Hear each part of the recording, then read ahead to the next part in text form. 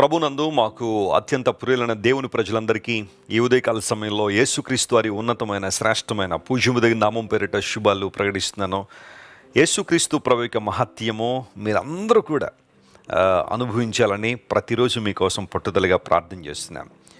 పిన్నలనేమి పెద్దలనేమి తన యందు భయభక్తులు గల వారిని యెహోవా ఆశీర్వదించినని లేఖనాలు ధృవీకరిస్తున్నాయి. దేవుని యందు ఎవరైతే నిజంగా భయభక్తులు కలిగి ఉంటారో, కొంతమందికి దేవుడు అంటే భయం ఉంటే భక్తి ఉండలేదు, భక్తి ఉంటే భయం ఉండలేదు. ప్రపంచంలో చాలామంది ఇలాగే ఉన్నారు ఈ రోజుల్లో. కానీ సత్య దేవుని యందు భయభక్తులు కలిగి ఉన్న వారిని దేవుడు విశేషంగా ఆశీర్వదిస్తారు. ఎందుకంటే మనం అనేక మందికి ఆశీర్వాదకరంగా ఉండాలని, ఆయన ఆశీర్వాదాలు పొందుకుని మన ఇష్టానుసారం జీవిస్తామని కాదు, ఆశీర్వాదాలు పొందుకున్న మనం అనేక మంది దీవెనకరంగా ఉండాలనే దేవుడు మనల్ని ఆశీర్వదిస్తాడు. పరిశుద్ధ గ్రంథమైన బైబిల్లో ఎన్నో వాగ్దానాలు పొందుపరచబడి ఉన్నాయి. ఈ వాగ్దానాలన్నీ కూడా ఒక ఆశీర్వాద మార్గములోనికి మనల్ని నడిపిస్తున్నాయి. కాబట్టి వాగ్దానాలు ధ్యానం చేయడం చాలా మంచి విషయం. ఈరోజు వాగ్దానం కోసం మీరందరూ ఆసక్తిగా కనిపెడుతున్నారు కదా. పరిశుద్ధ గ్రంథం తెరిచి ఆదికాండము 16వ అధ్యాయము 13వ వచనాన్ని ఈరోజు వాగ్దాన సందేశంగా ధ్యానం చేద్దాం. Genesis chapter 16 and verse 13.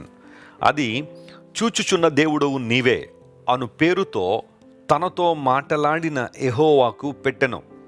ఏలయనగా నన్ను చూచిన వానిని నేనిక్కడ చూచితను కదా అని అనుకునేను. గమనించండి, ఇక్కడ హాగరు అనబడే ఒక ఐగుప్తీయురాలు దేవునికో పేరు పెట్టింది, చూచుచున్న దేవుడు నీవేనే, ఎల్ రోయి అనే మాట మనం చూస్తాం. ఇప్పుడు ప్రశ్న ఏంటంటే, హాగరు పెట్టిందని దేవుడు చూడడం మొదలుపెట్టాడా, లేదా దేవుడు చూసేవాడు కాబట్టి ఆమె గుర్తించిందా అనేది ప్రశ్న. ఎస్, ఆమె గుర్తించింది. అక్కడ దేవుడు ఎప్పుడూ చూచువాడే, ఆమె పేరు పెట్టిందనే కాదు కదా, ఆయన ఎప్పుడూ చూచువాడు. ఆయన యొక్క లక్షణం అది. గాడ్స్ యాట్రిబ్యూట్స్ కొన్ని ఉన్నాయి, క్యారెక్టరిస్టిక్స్ కొన్ని ఉన్నాయి బైబిల్లో. ఆయన యొక్క లక్షణాలు, గుణ లక్షణాలు.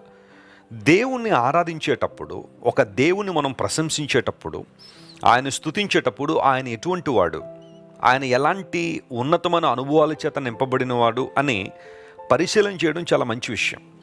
బైబిల్ గ్రంథం దగ్గరికి వస్తే దేవునికి ఉన్న కొన్ని అద్భుతమైన లక్షణాలు బైబిల్లో వర్ణించబడ్డాయి, వివరించబడ్డాయి. అందులో ఒకటి, దేవుడు చూచే దేవుడు. ఆయన చూచే దేవుడు, అందరినీ చూస్తున్న దేవుడు. ఆయన కన్నులకు మరుగైంది ఏదీ లేదు.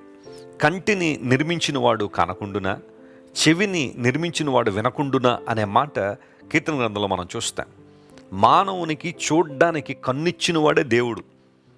కళ్ళు లేని వ్యక్తుల్ని లేదా కళ్ళు లేని ప్రపంచాన్ని ఒకసారి మీరు ఊహించండి. ప్రపంచంలో 800 కోట్ల మంది, ఎవరికి కళ్ళు లేవనుకోండి, ఎలా ఉండుండదు ప్రపంచం? దేవుడు కళ్ళు ఇచ్చాడు కాబట్టి ఒకరినొకరు చూడగలుగుతున్నాము. ఈ ప్రపంచం ఇలా కొనసాగుతుంది. మానవునికి కళ్ళు ఇచ్చిన దేవుడు చూడకుండా ఉంటాడా? ఆయన చూస్తున్న దేవుడు. ఆయన హాగరు దేవుని పేరు పెట్టింది, నన్ను చూచుచున్న దేవుడు అని. చూచుచున్న దేవుడు నీవే, ఎల్ రోయి. అబ్రహాము ఐగుప్తు వెళ్ళి హాగరుని తీసుకొచ్చాడు. షారమ్మకు దాసిగా ఉంది. అయితే షారాకు పిల్లలు లేకపోవడం చూసి ఆ షారా తన దాసి అయిన హాగరును అబ్రహాంకి ఇచ్చింది. హాగరు గర్భవతి అయింది. ఎప్పుడైతే హాగరు గర్భవతి అయిందో తన యజమానురాలు తన దృష్టిలో నీచురాలు అయిపోయింది. తనకున్న ఆశీర్వాదం మరొకరికి లేనప్పుడు వాళ్ళని చూసి కించపరచడం, నీచపరచడం అనేది సర్వసాధారణంగా ప్రపంచంలో మనం చూస్తూనే ఉన్నాం. ఆ కారణాన్ని బట్టి హాగరు బయటకు వెళ్ళగొట్టబడింది. అయితే తన యజమానురాల దగ్గరికి తిరిగి వెళ్ళి ఉండాలని దేవుని దూత ద్వారా ఆజ్ఞాపించింది ఆ హాగరు. ఆ సందర్భంలో దేవుడు హాగరుతో మాట్లాడుతున్న మాట, నీకు కుమారుని ఇవ్వబోతున్నా, అతనికి ఇష్మాయేల్ అని పేరు పెడతావు. అయితే ఆ ఇష్మాయేల్ కూడా నేను దీవిస్తానని దేవుడు వాగ్దానం చేశాడు. ఈ సందర్భాన్ని అంతా జాగ్రత్తగా పరిశీలన చేస్తే హాగరు వీటన్నిటిని పరిశీలన చేసి దేవునికి పేరు పెట్టి నన్ను చూశాడు, ఆయన నన్ను చూస్తున్న దేవుడు నన్ను విడిచిపెట్టలేదని చెప్పి దేవుని గణపరిచింది. ప్రభునందు ప్రియ దేవుని బిడ్డలారా, ఈరోజు నీ జీవితంలో నిన్ను చూస్తున్న దేవుడు ఆయన. చాలాసార్లు అనిపిస్తూ ఉంటుంది, నేను ఇన్ని కష్టాలు పడుతుంటే దేవుడు నన్ను చూస్తున్నాడండి. అందరూ నన్ను ఎంతగా నిందించి అవమానించి, ఒక మాటలో చెప్పాలంటే నన్ను కృంగదీస్తూ ఉంటే నేను దేవుని కనబడుతున్నానా? దేవుని లేఖనాలు చదువుతుంటే నేను దేవుని బిడ్డనని, క్రీస్తు ప్రభు రక్తం ద్వారా కడగబడ్డానని, కొనబడ్డానని చెబుతున్నప్పుడు నాకెందుకు ఈ కష్టాలు, నాకెందుకు ఈ అవమానం? దేవుడు నన్ను చూస్తున్నాడా లేదా అన్న అనుమానం కొన్ని సందర్భాల్లో కొంతమందిలోకి రావచ్చు. అలాంటి సిచ్యువేషన్లు జ్ఞాపకం చేసుకోవాల్సిన వాగ్దానం ఇదే. ఆయన చూస్తున్న దేవుడు. ఆయన యెహోవా కన్నులు ప్రతి స్థలం మీద ఉండును, మంచివారిని చెడ్డవారిని అవి చూచుచుండును అనే లేఖన సత్యం మనం ఎప్పుడు మర్చిపోకూడదు. ఆయన చూసే దేవుడు. ఆయన ఎందరినో చూశాడు. ఆయన తమ బాధల్లో, తమ కష్టముల్లో, తన ఇబ్బందుల్లో ఇనుప కొలిమిలాంటి ఐగుప్తులో నలిగిపోతున్న ఇశ్రాయేలు ప్రజల బాధను చూశాడు. I have seen the reflection అంటాడు దేవుడు. అందుకనే నీ బాధను మనుషులు ఎవరు చూడలేకపోవచ్చు, నీ కష్టాలను మనుషులు ఎవరు గుర్తించలేకపోవచ్చు, కానీ దేవుడు చూస్తున్నాడు. నీ మనసులో చెలరేగుతున్న సంఘర్షణ ఏదైతే ఉందో దాన్ని చూస్తున్న దేవుడు నీ దేవుడు. నేను గమనించే దేవుడు ఆయన, నిన్ను లేవనెత్తే దేవుడు ఆయన, నన్ను చూచుచున్న దేవుడు నీవే. ప్రియ దేవుని బిడ్డలారా, అనేక మంది యేసు ప్రభువు వారి లోకంలో ఉన్న కాలంలో ఇబ్బందుల్లో, కష్టాల్లో, ప్రతికూలతల్లో ఉన్నప్పుడు, వెలువేయబడినప్పుడు దేవుడు వారిని కనుగొని వారిని చూచి గొప్ప కార్యాలు వారి ద్వారా జరిగించాడు. ఈరోజు నీ నిస్సహాయ స్థితిలో నేను లేవనెత్తగలిగిన వాడు ఆయన, నిన్ను చూచే దేవుడు ఆయన. ఆయన కన్నులకు మరుగైంది ఏదీ లేదు కనుక నిన్ను చూస్తున్న దేవుడు నిన్ను బలపరుస్తాడని నువ్వు నమ్మాలి, విశ్వసించాలి. దేవుని కార్యాలు నీ జీవితంలో జరుగునట్లుగా ఆయనకు అవకాశం ఇవ్వాలి. ఏ విషయానికి నువ్వు కృంగిపోవద్దు, దేని గురించి నువ్వు చింతపడద్దు.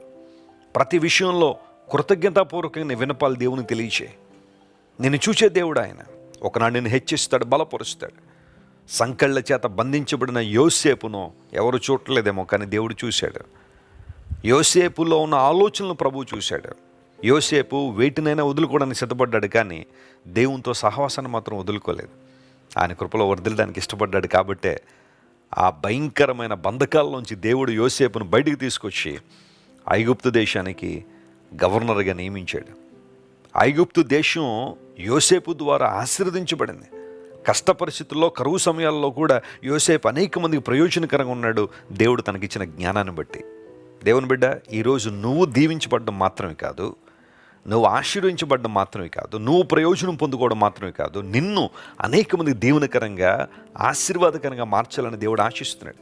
ఏ బంధువులైతే ఈరోజు నేను తిరస్కరిస్తున్నారో, ఒకరోజున అదే బంధువులకు నువ్వు ఆదరణకరంగా ఉండాలని దేవుడు ఆశిస్తున్నాడు. ఏ స్నేహితులైతే నేను ప్రక్కన పెట్టేశారో, నేను తిరస్కరించారో, నేను హేళన చేస్తున్నారో, ప్రభువుని బట్టి ఆ స్నేహితులందరికీ నువ్వు దీవెనకరంగా ఉండబోతున్నావు. నమో ప్రియ దేవుని బిడ్డ, నీ కుటుంబానికి దేవుడు నిన్ను ఆశీర్వాదకరంగా చేయబోతున్నాడు. అలాంటి దీవెన ప్రభు నీకు ఇవ్వాలని కోరుతున్నాను. నిన్ను చూస్తున్న దేవుడు ఆయన, నిన్ను బలపరిచే దేవుడు, నేను హెచ్చించే దేవుడు. ప్రార్థన చేసుకుందాం. ప్రేమగల తండ్రి, గొప్ప దేవానికి వందనాలు. హాగరు నీకు పేరు పెట్టింది చూచుచున్న దేవుడు నీవే అని. అది నీ లక్షణం ప్రభు, నీ స్వభావం. మాలో ప్రతి ఒక్కరిని చూస్తున్న దేవుడు, గమనిస్తున్న దేవుడు, మమ్మల్ని నిలబెట్టి బలపరిచి నీ మహిమ కొరకు వాడుకునే దేవుడు కనుక నీకు వందనాలు. ఈరోజు ఎంతమంది అయితే మా ప్రియులు ప్రభు ఈ వాగ్దాన సందేశాన్ని వింటున్నారో వారందరినీ వేరే ముట్టండి, బలపరచండి, సమృద్ధి అనే జీవాన్ని ప్రతి ఒక్కరికి దయచేయండి. అనారోగ్యంతో ఉన్న వారికి స్వస్థత ఇవ్వండి, ఆదరణ లేని వారికి ఆదరణ ఇవ్వండి, కష్టాలు ఊబిలో ఉన్న వారిని విడుదల చేయండి ప్రభు. ఆశీర్వాదకారకులుగా ప్రతి ఒక్కరిని మీరే మార్చండి. ఘనత మహిమ నీకే చెల్లిస్తూ యేసు నామం పేరిట అడిగి వేడుకొనిచున్నాం తండ్రి. Amen, amen. God bless you dear friends. Have a wonderful day. Christ worship center ఓ బలమైన సంఘ ఉద్యమం. కొన్ని సంవత్సరాల క్రితం కేవలం 2 ప్రారంభించబడిన పరిచర్య నేడు ప్రపంచవ్యాప్తంగా లక్షలాది మందిని ప్రభావితం చేయుచున్నది. రాజమండ్రి, సికింద్రాబాద్, బెంగళూరు, నెల్లూరు, దుబాయ్, బెహ్రైన్, కరీంనగర్, విశాఖపట్నం, గద్వాల్, కొవ్వూరు, మలకపల్లి, శ్రీలంక, భూటాన్, అడ్డతీగల, పాలమూరు, ఒంగోలు, బళ్ళారి, కోరుకొండ, పోతవరం, నల్లజర్ల, వెంకటరామయ్యగూడెం, మచిలీపట్నం, ఇందిరానగర్లతో పాటు అనేక గ్రామాల్లో క్రైస్ట్ వర్షిప్ సెంటర్ ఆరాధనలు జరుగుచున్నవి. వాక్య సంబంధమైన ఉద్యమంలో, పరిశుద్ధాత్మ సంరక్షణలో కొనసాగాలనుకునే ప్రతి ఒక్కరికి మా ప్రేమపూర్వక ఆహ్వానాన్ని అందిస్తున్నాము. రండి, ఆత్మతో సత్యముతో ప్రభువైన యేసు క్రీస్తును ఆరాధిద్దాం. మీరు ఇంతవరకు విన్న దైవ సందేశం మరియు దేవుని సేవకులు చేసిన ప్రార్థన మీకు ఆశీర్వాదకరముగా ఉన్నదని విశ్వసించుచున్నాము. ఈ సందేశాన్ని మీ స్నేహితులకు, బంధువులకు షేర్ చేయండి. మీకు ఏదైనా ప్రార్థన అవసరత ఉన్నచో మా ఫోన్ నంబర్లకు కాల్ చేయండి. దేవుడు మిమ్మల్ని ప్రేరేపిస్తే విశ్వాసంతో సాగుచున్న ఈ పరిచర్యను ప్రోత్సహించండి.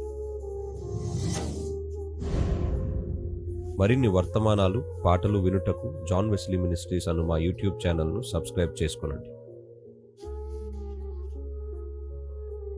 ప్రభువైన యేసుక్రీస్తు కృప మీకు తోడైండును గాక.